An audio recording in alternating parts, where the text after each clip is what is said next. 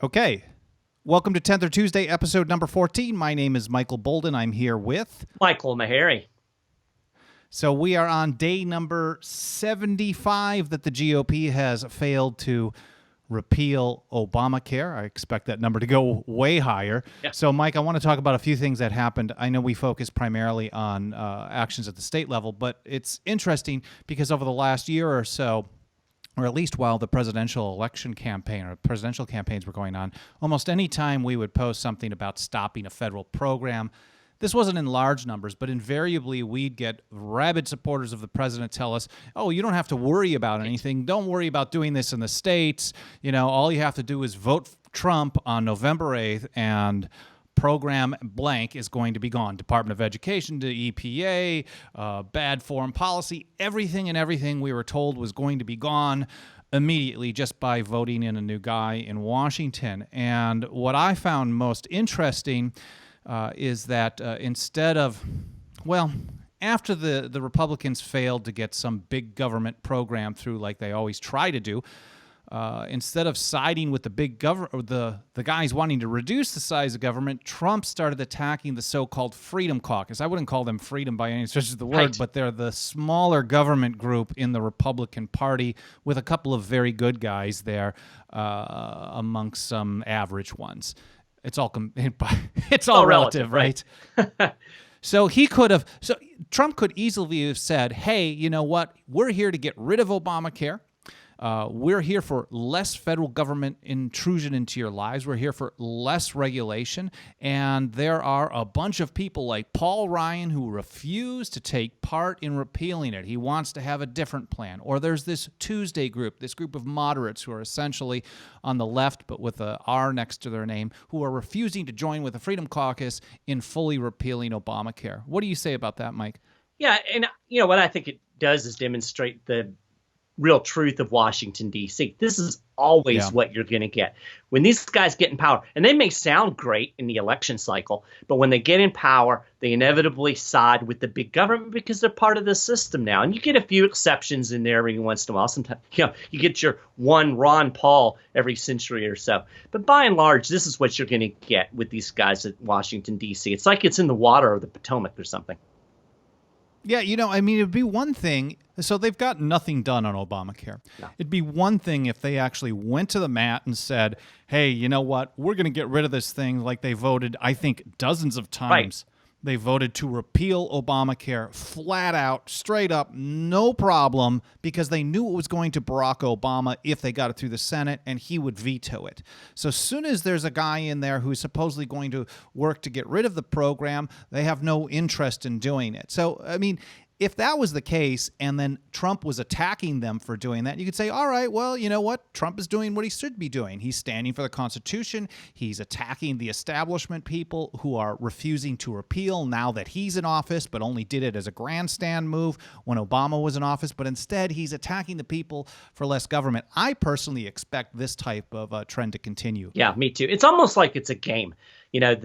You've got Trump and he was going to drain the swamp. But now that he's part of the swamp, he's going to try to preserve the swamp.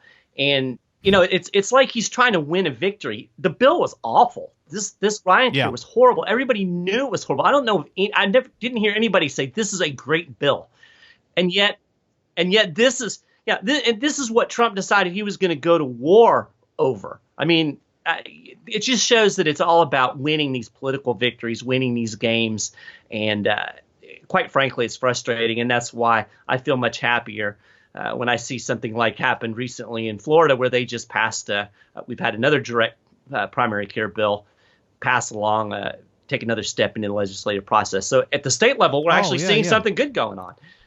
Yeah, I'm glad you mentioned that. That was one of the things that I wanted us to cover today. And we've had a number of shows where we've talked about direct primary care, these saying that a one-on-one relationship with a monthly payment plan to your doctor, you can do that outside of state insurance regulation. This is a great way to expand freedom. A number of bills have been moving forward. For example, House Bill 161 there in Florida passed by a wide margin, and now the Senate companion needs to move forward as well so it can get to the governor's desk. A few other things that have been happening recently. We're not going to belabor the Obamacare thing too much. I think this is going to be here to stay because we don't have a Congress that is willing to get rid of it as long as a president would sign it, and certainly the Senate is not on board on that either. So we need to continue our approach of expanding freedom and rejecting Obamacare on a state and local level as much as possible. Right. Moving forward, other issues. On Saturday, an important bill in Montana to restrict ALPR, automated license plate readers, moved to the governor's desk on a really wide margin, easily passed there in the Montana legislature. That was House Bill 149 there in Montana. Mike, why don't you give a little more of an overview of what's going on there? So this license plate reader bill, it puts some limits on the use of license plate readers. It has specific things that the police can use these things for. And these are devices that take a picture of your license plate and then converts that to digital data and then allows the police to compare it to other lists or theoretically track where your vehicle is going. So very intrusive devices. This puts some limits on police use of them, but more important, it puts limits on the storage of the data. And I believe what it ended up being was 90 days, which is a little bit long, but it's better than having these endless databases with no restrictions. And what happened? Yeah, here in California, what we've seen is that, for example, they have got these all over the freeways everywhere for fast track and things like that, and they will store the location of every single human being going through a car, going anywhere in a car forever. Right. So, and then once it's in that database, you can get all kinds of historical database information going back 5, 10 years, 15 years longer, and you can really build a profile on someone based on how they shop, what activities they attend, maybe what kind of protests, or if they go to a gun show, for example. This is why they want that kind of information. So keeping that for a long time is a good step forward for Montana. Did they also restrict the sharing of it with outside agencies? Because we know that the federal government has this nationwide tracking program where they tap into local license plate reader information. Any news on that, Mike? Yeah, they can only share the data with a warrant or a release of information. Trying to think of the name that they use it. They call it preservation request. That's what they use. So yeah, the only way they'll share the information is with the warrant or with a preservation request. The preservation request has certain stipulations to it that also restricts storage and long-term databasing of the information.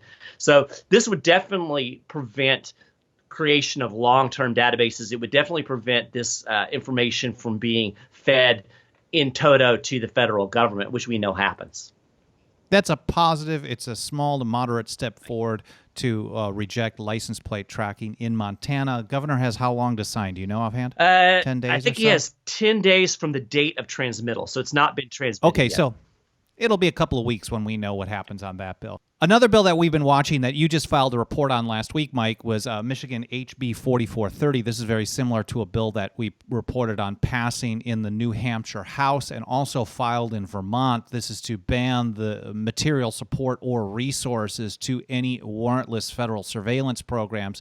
This is the turn it off strategy. Basically, if you don't provide them the support or assistance, they can't expand as they've been doing, and they can't operate facilities. Now, from my understanding, there's not a known NSA facility in Michigan. However, passes of this bill, we'll find out where one is, right, if there is one, or maybe we'll just find out that AT&T, like they do elsewhere, have been operating some kind of a room, they may call it, or a floor, right, where they're transferring all kinds of data to the federal government. Yeah, this bill does two really important things, practically speaking, even if there are no NSA facilities in Michigan. Number one, it's going to make it less likely that the NSA will put a facility in Michigan. And we know for a fact that they're looking for places to expand.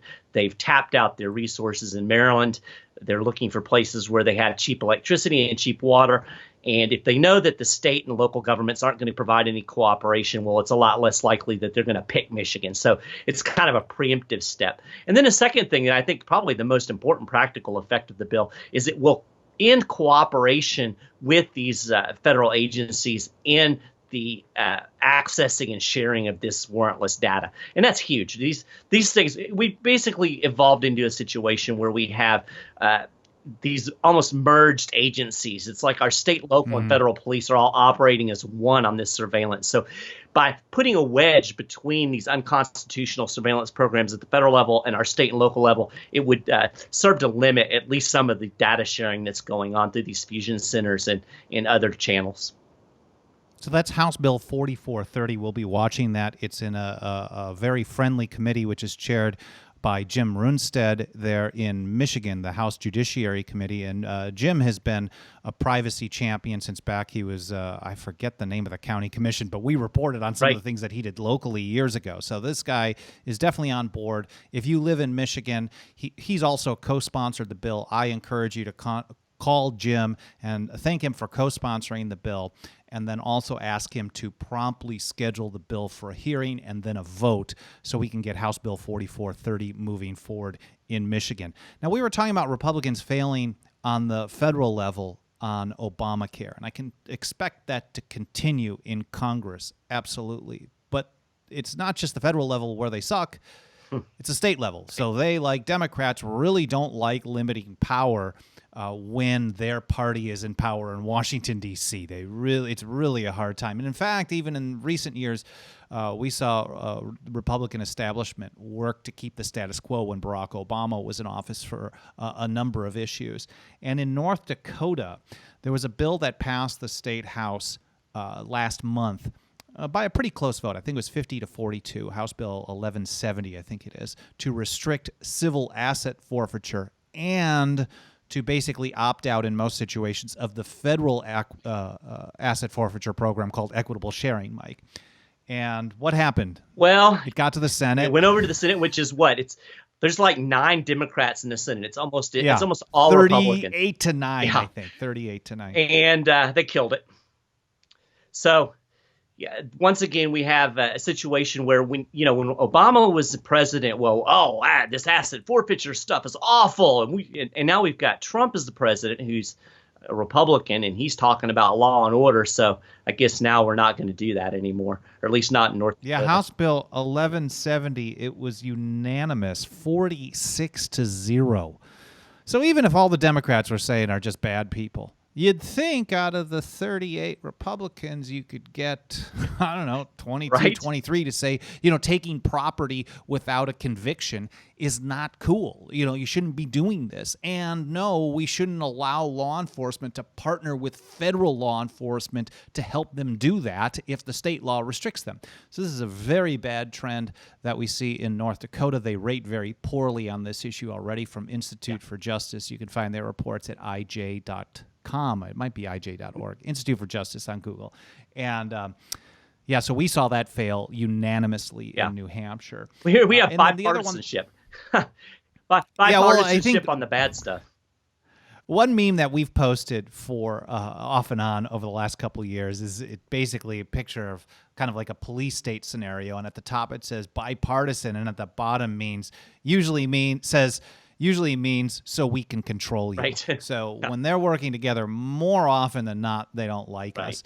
And I don't know. I think we've covered all the bills that we wanted to talk about today. Was there anything else that you've been working on? I just did a bill report on another surveillance bill that passed in the Montana legislature and is now heading to the governor's desk, which goes with the House Bill 147. It's House Bill 148. And the two of these bills together, and these two bills working together, prohibit warrantless electronic data collection from service providers and from the electronic devices. So HB 147 prohibited warrantless collection from the service provider, so going to Verizon or whomever.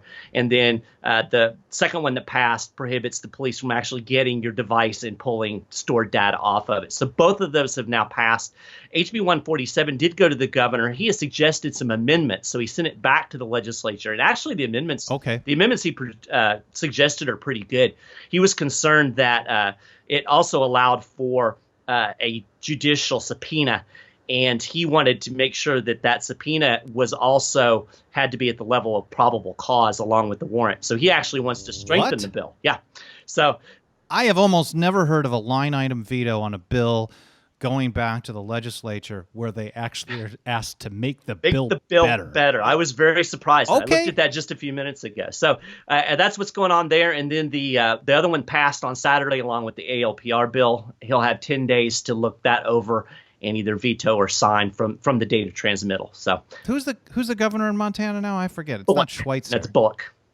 Bullock, yeah, he's horrible on the right to keep and bear arms, especially vis-a-vis the federal gun control. Unless you read his website. His website says he's great on it. Yeah. Oh, but let's give him credit where credit's due. If he's asking for something stronger for privacy protection, that's very positive. Kudos. I don't have a clap track to give him, but that's good. Hopefully you will be the manual version of it. I'm personally taking a vacation for the first time in a while, and we're not going to be here next week, although we've been doing basically every other week, Mike. So stay tuned. We'll come back the week following. I think that's going to be the 18th, just after Tax Slavery Day comes by. So maybe we can do a little inflation is also theft, yes, it is. Just like taxation is theft. Maybe we can have a discussion about that. We'll reconvene in the next couple of weeks. Make sure you go to 10thamendmentcenter.com/members if you'd like to support our work. And thank you so much for watching.